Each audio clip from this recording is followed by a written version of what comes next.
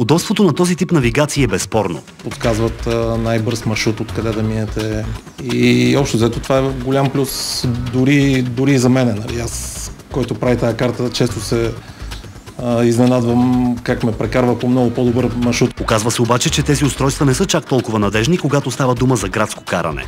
Ако някой ви каже, че има карта без грешка, ви лъже в абсолютно всяка карта, дори и тези, които са на запад. Всяка нова версия, която изкарваме, тя постоянно се прецизира и става като цяло постоянно по-добра.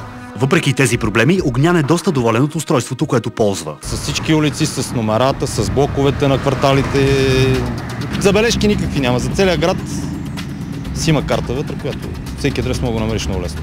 Дори да сте си купили последен модел такова устройство, то картата в него със сигурност е остаряла. Въпреки безбройните си функции, навигационните устройства могат по-скоро да ви помогнат да се изгубите, отколкото да ви закарат по най-бързия път. Аз съм карал и с обикновения GPS тип прокарката, така наречените, там дето ти говори, нали, дама.